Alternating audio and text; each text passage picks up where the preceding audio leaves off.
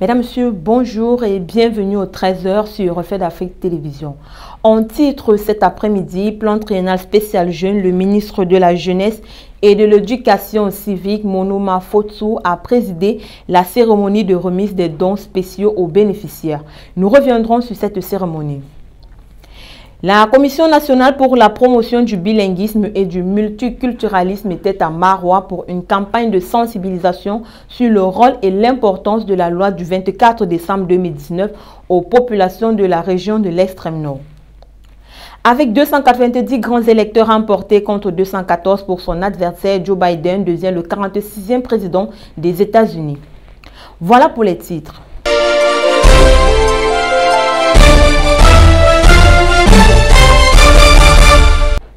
Bonjour une fois de plus et bienvenue au 13h. La star internationale camerounaise Samuel Eto'o-Fils a été victime hier dimanche d'un accident de circulation. Alors qu'il était de retour de festivités dans l'ouest du Cameroun, du côté de Konsamba au lieu dit Baré Bakem, son véhicule a été percuté et sérieusement endommagé. L'ex-Pichichi du FC Barcelone s'en est sorti avec un traumatisme crânien, mais l'un de ses proches, le journaliste sportif Martin Kamumim, s'est voulu rassurant et a fait savoir que Samuel Eto'o se portait bien.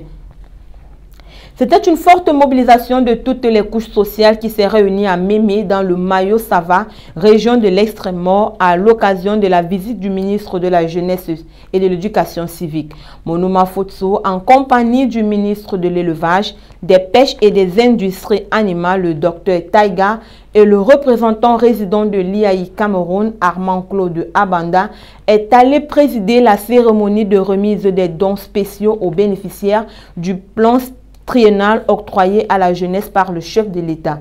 Tout au long de son parcours, le ministre a invité les organisations de jeunes de faire bon usage des appuis reçus. Nos reporters Fabien Payanfou et Amadou Kao reviennent pour nous sur cette cérémonie. C'est un ministre de la Jeunesse résolu à accompagner les jeunes dans leur nouvelle installation entrepreneuriale. En faveur de la cérémonie de remise des chèques de financement, du matériel agricole, des engins roulants, des appareils électroménagers et plusieurs autres appuis en équipement ont été remis aux bénéficiaires du plan triennal spécial jeune par le ministre Monuma Fotsu. Je voudrais me réjouir déjà à cette étape que les jeunes dans leur ensemble sont enthousiastes. Et cette opération a créé en eux beaucoup d'optimisme et de l'espoir. Et je crois qu'aujourd'hui, beaucoup ont compris que le plan triennal spécial du chef de l'État est une réalité. Au cours de cette visite à Mémé dans le Mayo-Sava, le MINJEC a accompagné le docteur Taiga de l'élevage, des pêches et des industries animales et le représentant résident de l'IAI Cameroun, Armand-Claude Abanda, est allé rencontrer les jeunes des deux villages pionniers du PTS qui disent toute leur satisfaction, non sans ambitionner de s'engager de plein pied dans l'agriculture, plus précisément la culture maraîchère, sur leur espace large de 5 hectares. Vous savez, c'est un appui présidentiel qui vient accompagner les jeunes déjà dans les initiatives qu'ils ont entreprises depuis des années.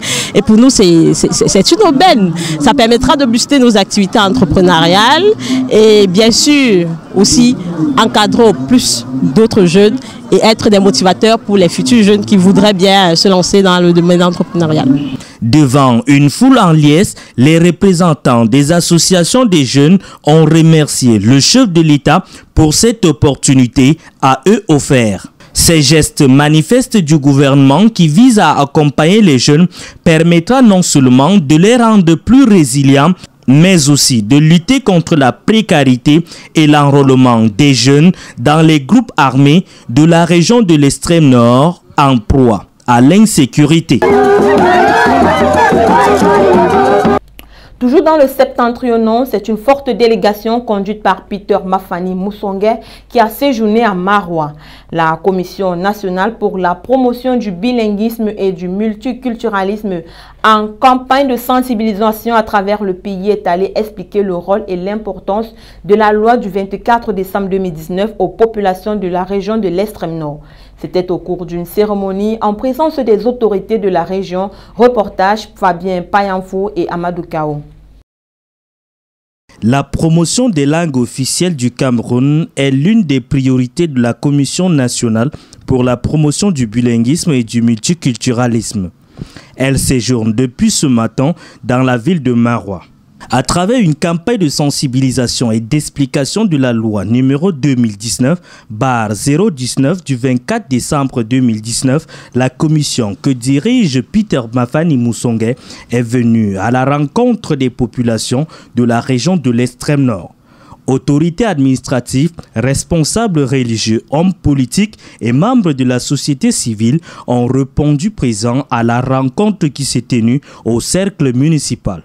Nous sommes venus recueillir les suggestions et avis sur les sujets qui touchent à la vie de la nation, y compris le bilinguisme, le multiculturalisme, le vivre ensemble. Et des sujets comme les discours de haine.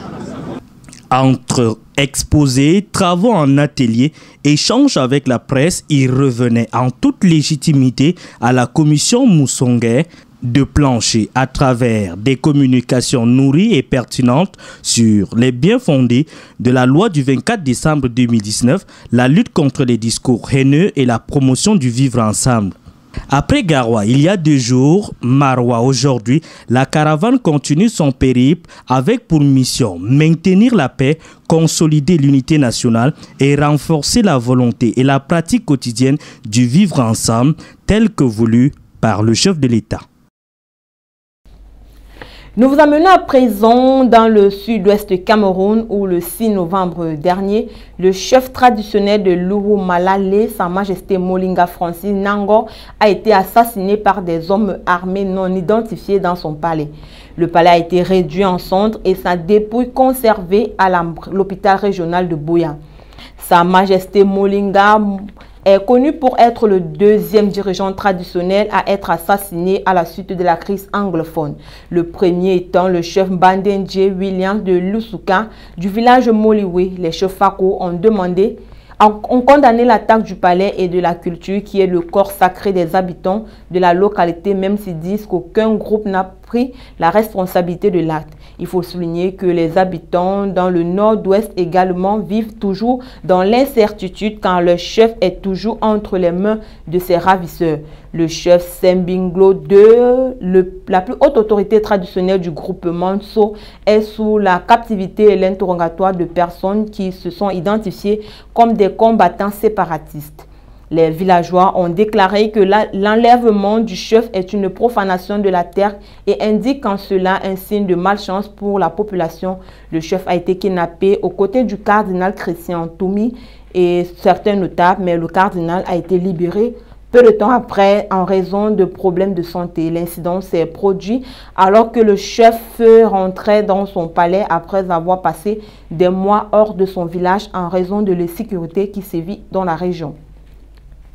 Jamais un vaccin n'a créé autant de polémiques. Le garde d'asile, plus connu sous le vocable vaccin du col de l'utérus, est de nouveau au centre d'un conflit. Après le refus du vicaire général du diocèse de Bala, Monseigneur Luc Onambele, et l'interdiction de l'évêque de Konsamba, Monseigneur Dieudonné Espoir à Tangana, de refuser l'administration de ce vaccin dans ses structures diocésaines, c'est au tour de la communauté musulmane de s'y aligner. Régine Linda Gobité, reportage.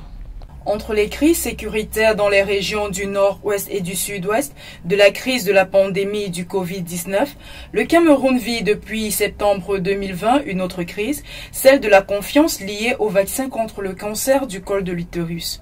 Notons que c'est au mois d'août 2020 que le gouvernement avait prévu d'introduire à partir du 23 septembre le vaccin contre le cancer du col de l'utérus, appelé Garde d'asile, dans le programme élargi de vaccination, avec possible cible les jeunes filles âgées entre 9 et 13 ans, l'objectif étant de vacciner environ 400 000 jeunes filles. Ceci étant, 11 jours après le début de cette campagne, le vicaire général du diocèse d'Obala, Monseigneur Onambele Luc, contestait ce vaccin en signant le 19 octobre 2020 une note dans laquelle il l'interdisait sur l'étendue de son diocèse. Une position qui ne peut être négligée, non seulement à cause de l'autorité morale dont jouit l'Église catholique, mais surtout de par sa position de professeur de santé publique et de bioéthique à l'École des sciences de la santé de l'Université catholique d'Afrique centrale. Suite à ces déclarations de l'homme de Dieu, le ministre de la Santé publique Manaouda Malachi, appuyé par l'Ordre national des médecins, ont respectivement démenti les propos de Monseigneur Luc Onambele et ont rassuré la population de l'efficacité et la fiabilité du garde d'asile. Allant dans le même combat, c'est à présent au tour de l'évêque de Nkonsamba, Monseigneur Dieudonné Espoir Atangana, de refouler le garde d'asile dans ses structures diocésaines. Le 5 novembre 2020, il a également signé une correspondance adressée à tous les chefs d'établissements scolaires et responsables des structures sanitaires de son diocèse, avec pour objet interdiction du vaccin contre le cancer du col de l'utérus. Il dit: je viens par la présente, de façon formelle, vous demander de vous garder, de soumettre nos enfants à ce vaccin, en attendant que les évêques du Cameroun puissent donner leur accord de façon claire et officielle. Rarement un vaccin a créé autant de polémiques dans l'histoire sanitaire du Cameroun. Derrière toutes ces batailles menées à propos de ce vaccin, l'on se demande si les intérêts défendus ici sont sociaux, politiques ou économiques. Société Générale envisage de supprimer 650 postes engagés dans un programme sévère de réduction des coûts. Le groupe bancaire Société Générale prévoit de supprimer entre 650 et 700 postes en France sans départ contraint dans le cadre d'un nouveau plan d'économie. La direction sous la houlette du directeur général du groupe Frédéric Oudéa devrait entamer des négociations avec les 4 syndicats représentatifs des employés. Avec 290 voix contre 214 pour des grands électeurs, Joe Biden devient le 46e président des États-Unis. Tandis que le monde entier adresse ses félicitations au nouveau président, Donald Trump, qui conteste les résultats de l'élection, indique que tout n'est pas fini. Blanchard Thierry Sop revient sur les événements de ce week-end aux États-Unis. Les médias américains ont annoncé samedi dernier la victoire de Joe Biden face à Donald Trump. Après 4 jours de suspense, le candidat démocrate Joe Biden, 77 ans, a remporté les élections avec 290 grands électeurs grâce à un succès dans l'État clé de Pennsylvanie. L'ancien vice-président de Barack Obama va ainsi devenir le 46e président des États-Unis. Également, la vice-présidente Kamala Harris, 56 ans, en plus d'être une femme, est la première noire à accéder à cette fonction. Cependant, l'ancien locataire de la Maison-Blanche, Donald Trump, ne reconnaît toujours pas sa défaite. Il a accusé samedi Joe Biden de se précipiter pour se présenter faussement en vainqueur, assurant que l'élection était loin d'être terminée. Les dirigeants africains ont, pour certains, félicité le succès du démocrate. Le Sud-Africain Cyril Ramaphosa, en félicitant le nouveau président, a fait savoir qu'il était impatient de travailler avec la nouvelle équipe et de renforcer les liens d'amitié et leur coopération entre les deux pays. Paul Biya du Cameroun, Mohamedou Bouhari du Nigeria, Ali Bongo Ondimba du Gabon et autres lui ont également présenté leurs félicitations. À Washington, des milliers d'Américains se sont mobilisés devant la Maison-Blanche samedi pour saluer la victoire de Joseph Biden. Les grands électeurs élus choisiront officiellement le président en décembre prochain et le 20 janvier 2021, il prêtera serment pour ainsi devenir le 46e président des États-Unis d'Amérique. C'est tout pour cette édition du 13h sur Reflet d'Afrique Télévision. Nous vous donnons rendez-vous ce soir pour la grande édition du 20h avec Thierry Niopé. Bonne journée à tous.